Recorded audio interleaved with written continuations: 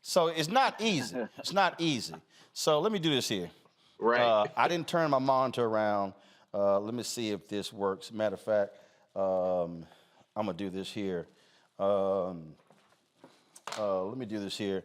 I'm gonna keep talking. I gotta get the right device. Y'all, this is pretty hilarious for Homeboy saying how difficult, how he just feels so horribly. You know, he didn't read it beforehand. First of all, the only way he could have posted that thing is if he read it. So, yes. I mean, he would have had to actually read it. For some reason, I don't have the right device for my phone, damn it. So understand this here. So if you're gonna do something, you gotta literally copy. You gotta copy the link on your phone. You then have to go to a repost app, and then it pops up. And then what happens, you have to then go to the next page to click download. Then you click share. Then it goes to your Instagram page. Then you decide whether you want to put it on your feed or on your storyline. Then you click that. Then it goes to the next page, and then you repost the content. Then you hit send. That's a whole lot of steps to do. A repost of a meme on Instagram ain't like retweeting something on Twitter. Ain't even remotely the same. So to say, oh, I ain't know, my bad, I ain't read it, pull it up again. It's 2 lines. It's 11 words. He said, I ain't read it. It's 11 words. No, you thought that shit was funny. Yep. I don't personally think it's funny. But I'm like, you cost yourself a $9.6 million a year job reposting that meme? You should have been fired for being stupid. Now, Julian, if you go to his page, his apology page, there's a whole bunch of black people on there. John, I've known you for quite some time. You're a great guy. I'm so sorry. I ain't sorry. Hey, I ain't sorry. Now Estee Lauder like, oh, Lord, what we gonna do? They don't announce they're gonna give $5 million to all kind of other, all of a sudden write a check. They're gonna give $5 million, $5 million and stuff. I mean, you name it, all this sort of stuff. And again, he was told, leave the company, Julian. He retired.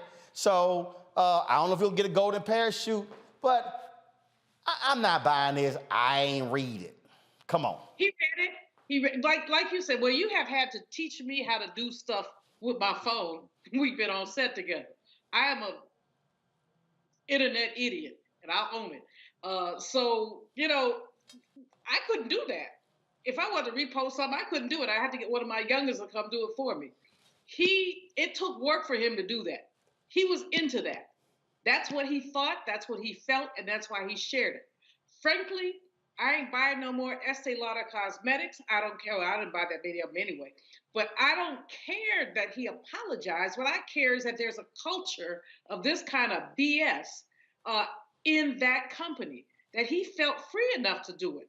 Even the hoodiest Klan member who works for a woke company knows that you don't do that. Even with your pointy hat, you know that you don't do that. He felt free to do it. And the only reason that he apologized is because the behind got busted. So you're right. This is what you call a crazy-ass white person who cost himself $10 million a year. And I hope that they did not give him parachute. But I hope sisters also say, we ain't buying that mess no more. We just have to start voting with our dollars. Well, first of all, you're absolutely right. And Jeff, look, for me, how I operate is very clear in terms of I don't allow people to use the N-word on my social media page at all. And in fact, when I'm reposting stuff, if somebody has the N-word in something I'm reposting, I don't. So I'm trying to figure out, dude, you didn't know what the ... was? Like, well, it was the N and the A. You ain't know what the ... was? And you didn't, and all of the black friends that are defending you on your Twitter feed, they don't love you enough and they aren't authentic enough to tell you what those 2 dots are. That's if you have legitimate black friends, they will tell you, hey man, listen, don't do that. You may think it's funny, but don't do that.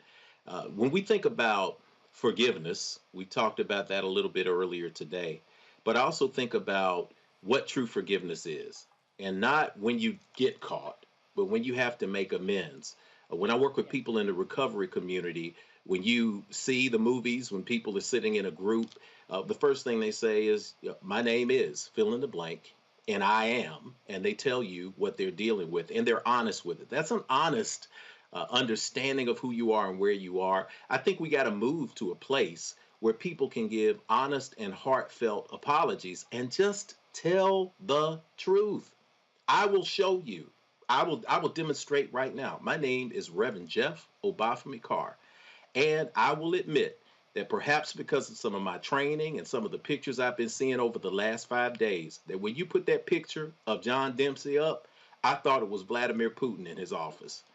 And so I made a mistake, but they looked a lot alike to me when they were in that space. So listen, hey, maybe that's just me. I apologize for mixing them up when I saw the picture, but I also say that apologies have to come from a real place. Now, if John Dempsey would have said, I thought it was funny, something's wrong with me, obviously. I need to talk to somebody. I need to get some psychological help. Something is wrong. You're going to get more traction if you're authentic and you admit what is really going on than you will to give the standard canned response of, I didn't know, especially when you're in the internet age and everybody knows that you have to read and go through several steps to repost a meme. In terms of this golden parachute, I think language is important too. The thesis that comes from John Dempsey is, or that comes from Estee Lauder is, you got to go. Yeah. Antithesis is, I want to stay. Listen to the language, though. The synthesis that we've heard is not he's fired. It's we agree. Mm-hmm. So there's some kind of deal that's been made where he's walking away with some kind of salary. So this goes to what Sister Malvo said. We've got to make sure that we don't support companies like that who are going to be able to give people a space where they can agree to leave as opposed to get the door slammed in their face. Congo. Absolutely. And, Estee Lauder pledged to do so much after everything happened with George Floyd. I'm looking at Forbes, and they're talking about they had 94% of its staff got racial bias courses. They had 9.2% new hiring that were filled by black people. Doesn't say if it was management, though. So, but they talked about all of these things they're going to do. And this is a major setback for a company that has had a history of racial ignorance and bias, from their skin lightening cream to their hiring practices to their advertising. And so even if they've made some strides since 2020 with the George Floyd and their commitment to Black Lives Matter, they also had one of their heirs and board member, Ronald Lauder, contribute to the Trump campaign in 2020. So there's like one step forward, two step backwards, and we got to march with our feet. We got to march with our dollars to make sure that they're called out. And he should not have had the opportunity to resign, like we're all saying. He should have been fired. He doesn't get to walk away with millions for some ignorance like this. He said, "There's not enough words to express my sorrow." There's not enough words on the meme. Like you said, 11 words. Read the thing and don't share that joint. So, as you would think, talking about again what Estee Lauder's announced that they're going to do financially. I wasn't going to do this here, but I do want to segue into a real quick Where's Our Money segment. So roll it.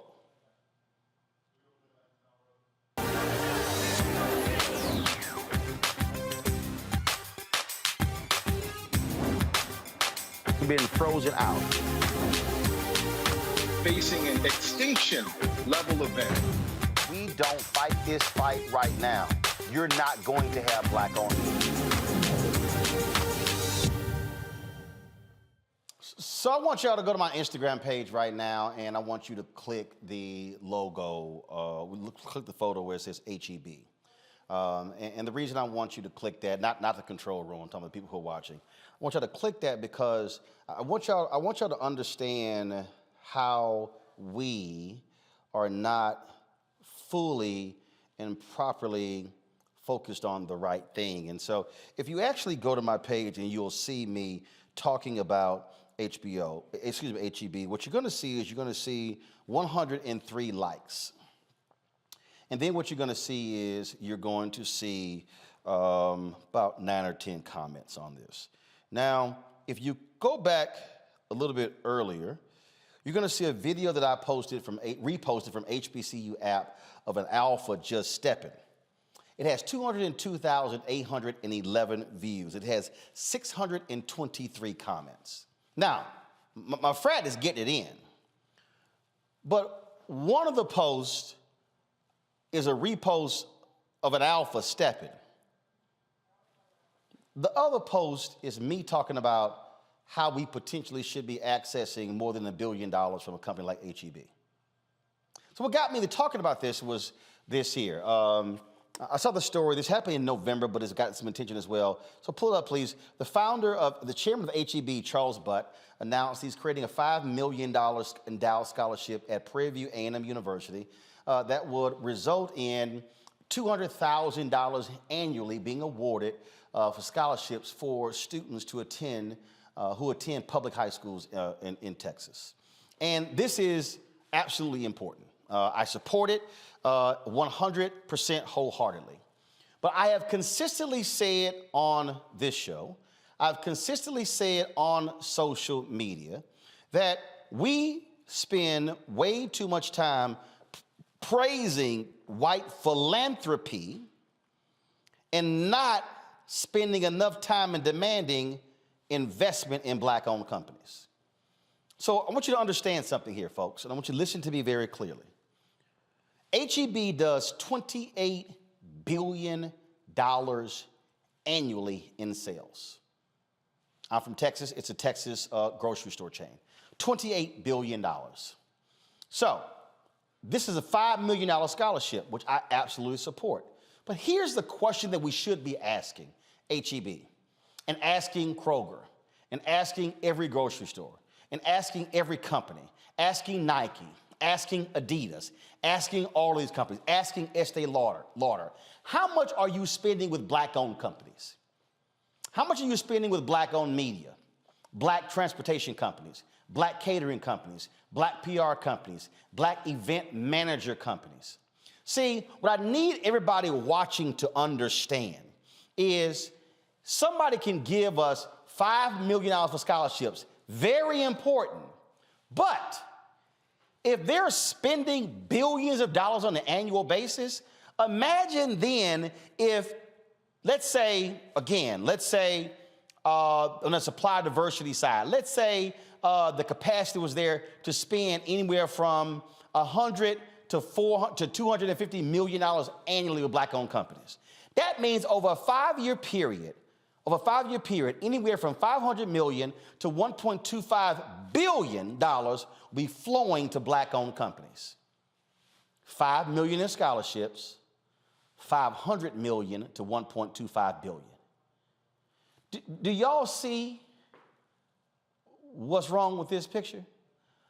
We are elated with the scholarship. We are elated when they buy tables at our events. We are elated when there's a souvenir ad in the booklet. What I'm trying to get you to understand is that when we stop focusing on the big money, they got us on the small money. Now, I'm gonna go here with something, and y'all know I do not use the N-word, but I'm only going to quote Don King in this. If you read Jack Newfield's book on Don King often screwed his boxers, especially his black boxers.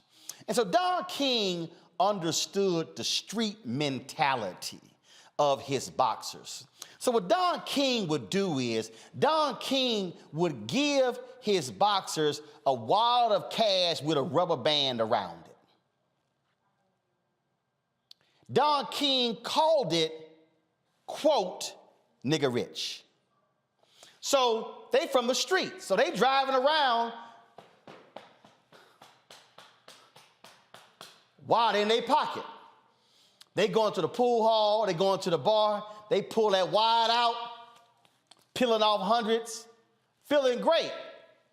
Don handed them a wad with 10 grand, but he owed him $1 million.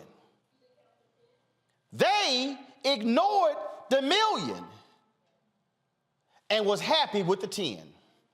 He tells a story in the book. Muhammad Ali was in the hospital. He was suing Don King for $1 million. Don King didn't want to pay the $1 million, so Don King put $50,000 in a briefcase, gave it to a friend of Ali's who went to the hospital and said, Ali, you know what? You really should be suing Brother Don. Y'all can work this thing out. You know what? Why don't you take this here and drop the lawsuit? So he opens the briefcase, and Ali is sitting in the hospital, and he sees $50,000 sitting in the briefcase. Ali, all right, man, takes the 50, but was suing Don for more than $1 million because he saw the 50. All I'm trying to say, black folks, is when these companies flash $250,000, $500,000, $1 million at us, stop getting excited over that small money. And what you should be asking is, where the big money? What you should be saying is, if we get contracts on an annualized basis, hell, we can fund our own scholarships. See, we too often are falling for white philanthropy over black investment. And see, you got some Negroes out there who are sitting here saying, oh man, all you doing is begging these white folks for money. No, you know why? Because sisters, y'all buying Estee Lauder makeup. We shopping at H-E-B. We buy Toyotas. We use Amazon. We are tremendous consumers. All I'm trying to do is get us to change our views. So when I'm posting about big money, ain't it amazing how very few of us will like that post, will comment on that post when I'm talking about billions of dollars, yet if I posted about the cancellation of a so-called black show on a white network like I did Our Kind of People, my Lord, there will be hundreds of thousands of likes and thousands of comments, which means that we are focused on the wrong thing. We are that boxer who Don King gave a wad of money to. I'm just trying to tell y'all, if we want to change where we're going, we have to change this. And we've got to stop letting people get us with small money and we rejoice, yell, holler, and scream, and we don't ask the next question is, how much should we be getting? That's why, as Malcolm X said, as Giselle said in the movie Malcolm X, no, I'm not satisfied. It's way too many of us are satisfied with small money. Just saying, y'all might want to think about that. Going to a break, we come back, we're going to talk with Dr. Avis Jones-DeWeaver about the kickoff of Women's History Month, and also we'll talk about a black skincare company. We'll talk about taking care of your black skin. Yeah, I know y'all think yo D, talk about black don't crack, but some of y'all got some raggedy ass skin. So we're going to deal with that. You watching Roland Martin Unfiltered on the Black Star Network.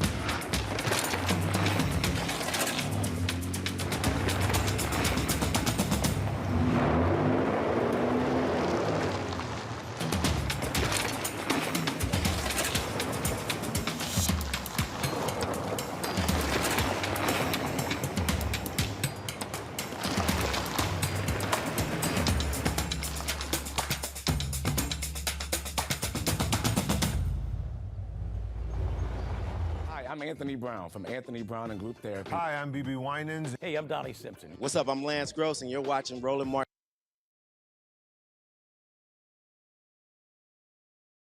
All right, folks, March is Women's History Month, and of course, there are a number of events, activities taking place all throughout the month. The focus is on women. Now, y'all know how I feel about this. Just like Black History Month, the reality is you can focus on women 365, 7 days a week, but it's when it is highlighted. Joining us right now, Dr. Avis Jones-DeWeaver, who joins us. Avis, again, the opportunity is always to highlight stories that may not get told on a consistent basis as well, but there certainly are challenges that Black women face, even when it's Women's History Month. Hell, just even getting Black women be a part of the month. You got that right. But what is really special about this Black History Month is it is one of the first where the first day of which we recognize is Black Women's Appreciation Day. Actually, Girl Truck came up with that name a couple of years ago, and so I'm excited about the first day of Women's History Month. I'm already saying Black History Women's Month, but of Women's History Month, because it's a day that's set aside specifically to appreciate Black women, and let's just be real, there's a lot to appreciate about Black women. And one of the things that in terms of on this day, I mean, so what is actually happening? What is being, what is taking place? What is being done with programs, social media? What's going on? Absolutely. So in recognition of Black Women's Appreciation Day, I'm actually holding an event called Do You, a Revolution in Black Womanhood. And specifically, I'm focusing on the challenges that Black women face at work. Now, Black women face a very specific set of challenges at work. We are the most likely to say that we feel disrespected at work. We are the least likely to say that we have access to quality time, so to speak, with a senior level person in our job, which makes it very difficult for us to form the relationships that we need in order to climb that ladder.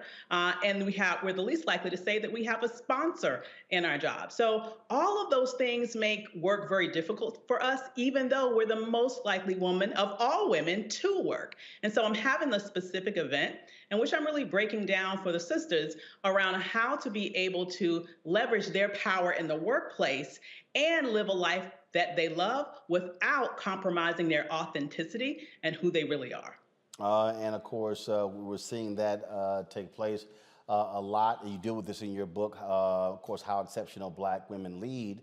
Yes. And what we are seeing is we're seeing an increasing focus on leadership development, on sisters also helping other sisters and developing them in what they do. Absolutely. And it's absolutely necessary, because let's just get real. Oftentimes when there are programs developed that focus on diversity, Black women are left behind. When there are programs that are focused on gender diversity, Black women are left behind. So it is a special need there that we need to focus on to make sure that our specific issues are addressed. And that's so important that we do that it's really my main reason for making sure that I'm holding this virtual event tomorrow, specifically speaking to Black women about how to really not compromise who you are, but still be able to climb that ladder in terms of your career aspirations, still be able to get paid what you're worth, which is a big thing for Black women. We rarely get that. And then how are we able to do all of that while also creating a holistic life that we love? Too often, we're not even on our own to-do list. I argue that in order for you to really make the biggest gains in your life, both in terms of your career as well as when your personal life, you have to put your desires first. And so when you do that, everything else needs to fall in place. And so that's what I'll be talking about tomorrow. All right, where's it going to take place? How can people watch? Absolutely. So people can go to blackwomanrevolution.com, singular, blackwomanrevolution.com. You can get all the information about the event there. It's going to happen online, so you can join me for free virtually tomorrow at 7 p.m. Eastern. I look forward to going through all the deets with you then. All right, then. Avis, thanks a lot. Thank you. All right, folks, when we come back, we're going to talk about black skin. Yeah. Your black skin. Mm-hmm. Somebody to take care of it. I told you, some of it's raggedy and ashy. You're watching Roland Martin Unfiltered on the Black Star Network.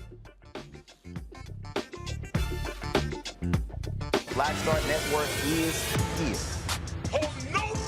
I'm real revolutionary right now. Support this man, Black Media. He makes sure that our stories are told.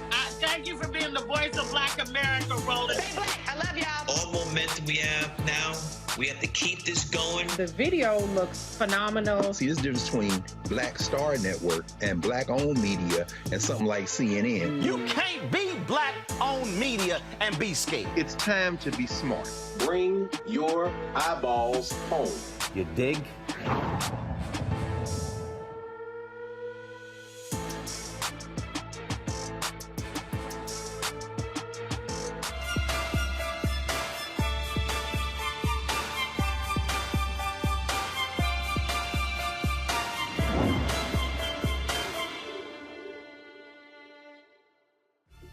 All right, folks, the world of beauty and skincare is filled with myths and misinformation about black skin. Me, y'all hear all the time, black don't crack. Some of y'all shit crack. And of course, the struggle is to find what works for your black skin. It continues to grow despite efforts to diversify the industry. Omakongo, you know, I'm gonna keep it real. Okay, you know that. I'm gonna keep it real. Some people got some raggedy damn skin. Stop tripping. All right, let's talk to Dr. Alita Simmons. She is the founder of Get the Skinny. She joins us there from where Jeff is in Nashville, Tennessee. Doc, how you doing? Good. How are you? All right then. So look, you got folk running around here talking about black don't crack, but look, we got some ashy people, some oily people. We got some folk with some jacked up acne and some other stuff. So let's just go ahead and deal with some of this. The first thing is this notion that we do not sunburn. Yes, we do. Yes, we do. And that messes up your skin. It does. Sunburns put you at risk for skin cancer, although skin cancer is something that we don't have to deal with as often. But the increased number of sunburns that you have can lead to increased risk of skin cancer down the line. All right, so now let's deal with this. What is hyperpigmentation? What is that? Hyperpigmentation is something that we call dark spots in lay terms.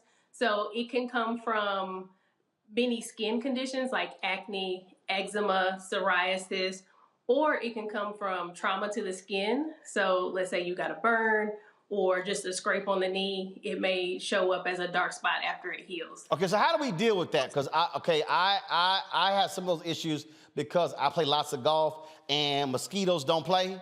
So all of a sudden you be like, oh, damn. And then, of course, when they itch, you scratch, and then it causes problems. And so can you get rid of those dark spots? So it's twofold. Dark spots will get better with time for some people. Sunscreen will help dark spots not get darker and help them lighten, especially if it has iron oxide in it over time. And then we do have topical, oral, and chemical peels, lasers that will help with hyperpigmentation. But it just depends on what it's from and what type. So it's good to see a board-certified dermatologist to categorize that. Because if it's in the surface of the skin, that may be easier to lighten. But if it's deeper in the dermis, which is underneath that top layer of skin, the pigment that's deposited there can be harder to improve. Got it. All right, so so here's a question they put in here, which, got to explain. How do you figure out what type of skin you have? What the hell does that mean? So some people want to know, is their skin oily? Is it dry? Is it a combination of the two? Or if it's in the middle, what people say normal, it's not oily or dry, it just feels regular. So in order to find out what type of skin you have, we kind of need to think about what you're already using. A lot of times people come into my office and they're putting like 10 different skin products on, right? Okay, so what if you ain't using nothing? Just plain water? Yeah. A lot of people do that. Because I remember when I was at CNN, I was sitting in the chair and the makeup artist was like, oh my God, your skin is so great. What do you use? I was like, nothing. I'm like, I wash my hair and suds roll down my face and the water run across. She's like, oh, you don't do any kind of exfoliating? I'm like, hell no. I'm like, we don't do all that. So again, and she's like, wow, but you have good skin. I'm like, yeah, thank mom and daddy.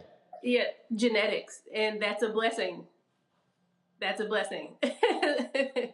So some people can just get away with just water. They don't need anything. Their skin stays clear with nothing. But for the rest of us, we need a good cleanser, moisturizer, and sunscreen during the day. So I say cleanse, moisturize, and protect. So to find out if you are using the right moisturizer, you want a cleanser that's going to help you after you wash your face, about 30 minutes to an hour afterwards, that your skin feels regular. It doesn't feel dry. It doesn't feel oily in any places. If the opposite happens, you may need a new cleanser. And then you want to get a moisturizer in that same framework. So if you have oily skin... Hold on. Now, we got to get a cleanser. We got to get a moisturizer. That's a whole lot of stuff we're doing. It's only 3 things. Just 3. Okay, well, first of all, we already trying to brush our teeth. We already trying to comb our hair. Now we trying to moisturize. Okay, how many times a day we supposed to be doing this? Twice. So you can cut down your steps to 2. So in the morning, you have a cleanser and your sunscreen. That is also your moisturizer. Hold on. We put sunscreen on in the morning? In the morning, after you wash your face. For what? If you're going outside, if you're sitting in front of the computer. For Black folks, we're using sunscreen for anti-aging, right? The sun can bring out brown spots in the skin. The sun causes wrinkles and also kind of the breakdown of some of our support in the skin. Black may not crack as much, but it sags. So sunscreen will help with the anti-aging process. So and at night, you literally said put on sunscreen to sit in front of the computer?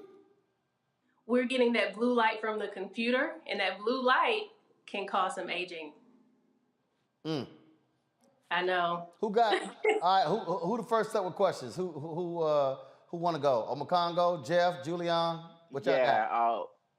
I was wondering, Dr. Simmons. I really appreciate your work, and the one thing I'm struggling with though, and I need some advice, is the myth about shea butter. Like, real talk, like if the world's coming to an end, they say you got to stock up on like beans and rice and water or whatever. I'm adding shea butter to the list. Like that, I got it by the pound in my house.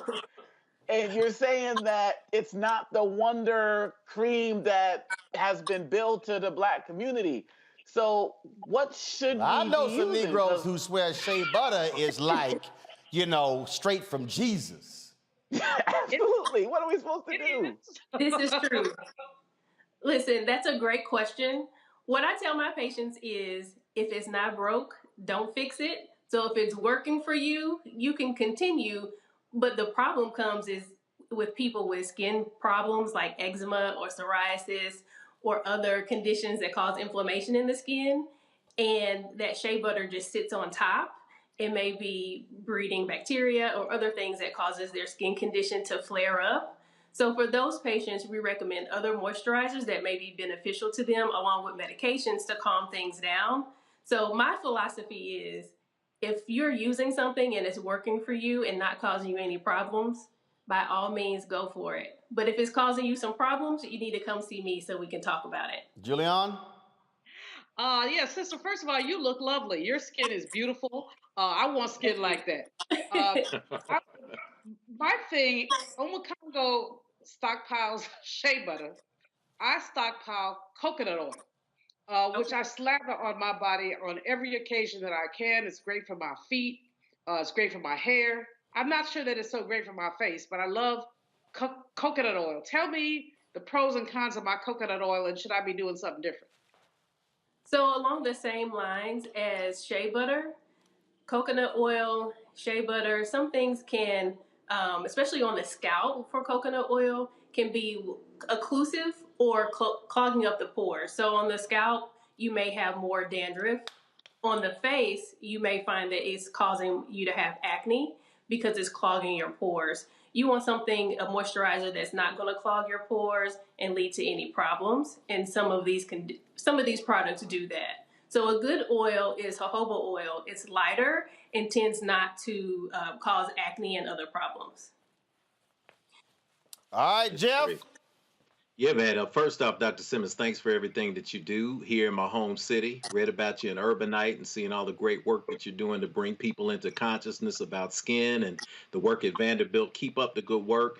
That shea butter and that coconut oil, I tried using both of them on my scalp. I went out and worked out and sweat, and it broke me out in my face. So these kind of things, all of this depends on the skin you have. My mom lived to be 93. She had the skin of a 40-year-old, and she put lard on her face growing up as a child. Lard? I can't do that. She put lard on her face. Some of y'all know about that. They use lard for everything, including moisturizer and putting on their elbows and skin, and still came through. Some people just have the genetics. I got to make sure that I use the SP15 and make sure that I shave with a straight razor, all of that, or I'll have sensitive skin. But how much does diet work into this? Is diet a factor in good, healthy skin? And what do you recommend people do if they're wanting to make dietary changes that help with skin care? So for diet, the one thing that we do know is for acne, having a high glycemic index diet will make your acne flare. So that's like a lot of white sugar, bread, cookies, sweets. That will tend to make your acne flare. We recommend a well-balanced diet overall for, just general health. So, but if you're having a skin condition, we usually need to treat that from the outside or from the inside out.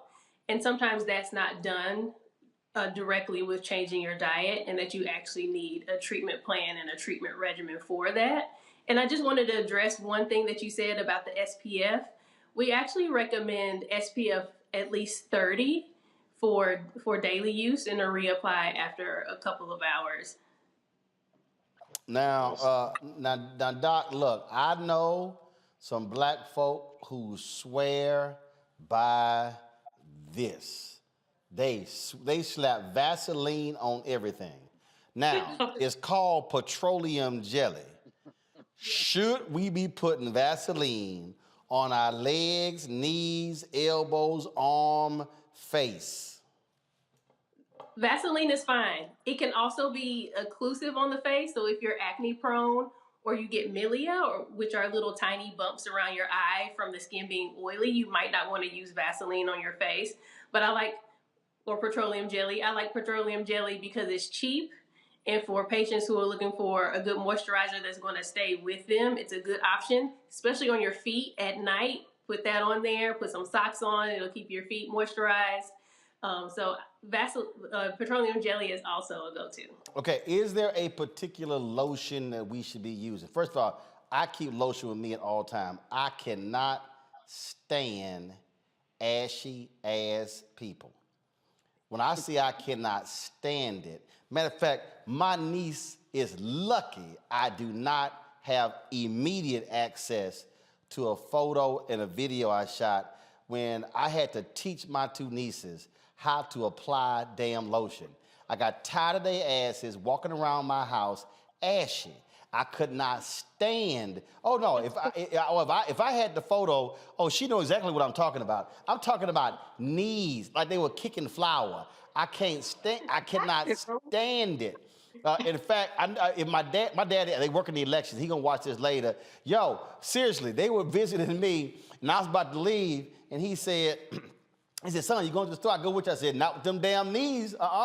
You better put some damn lotion on. I got large bottles in every room I cannot stand it. And so now I ain't gonna see, I took the label off because they asses ain't paying me. So just understand that I got the lotion with me. I keep one on the set and one here because we do ass check on my show. I ain't say no ass check, ass check. We look at them knuckles to see we can't have. Julianne know, she know. When we did my TV One show, I look down, I'm like, hey, stick your hands out, because we can't have no ashy damn hands on TV. So is there a particular lotion that we should be using, and what should it contain?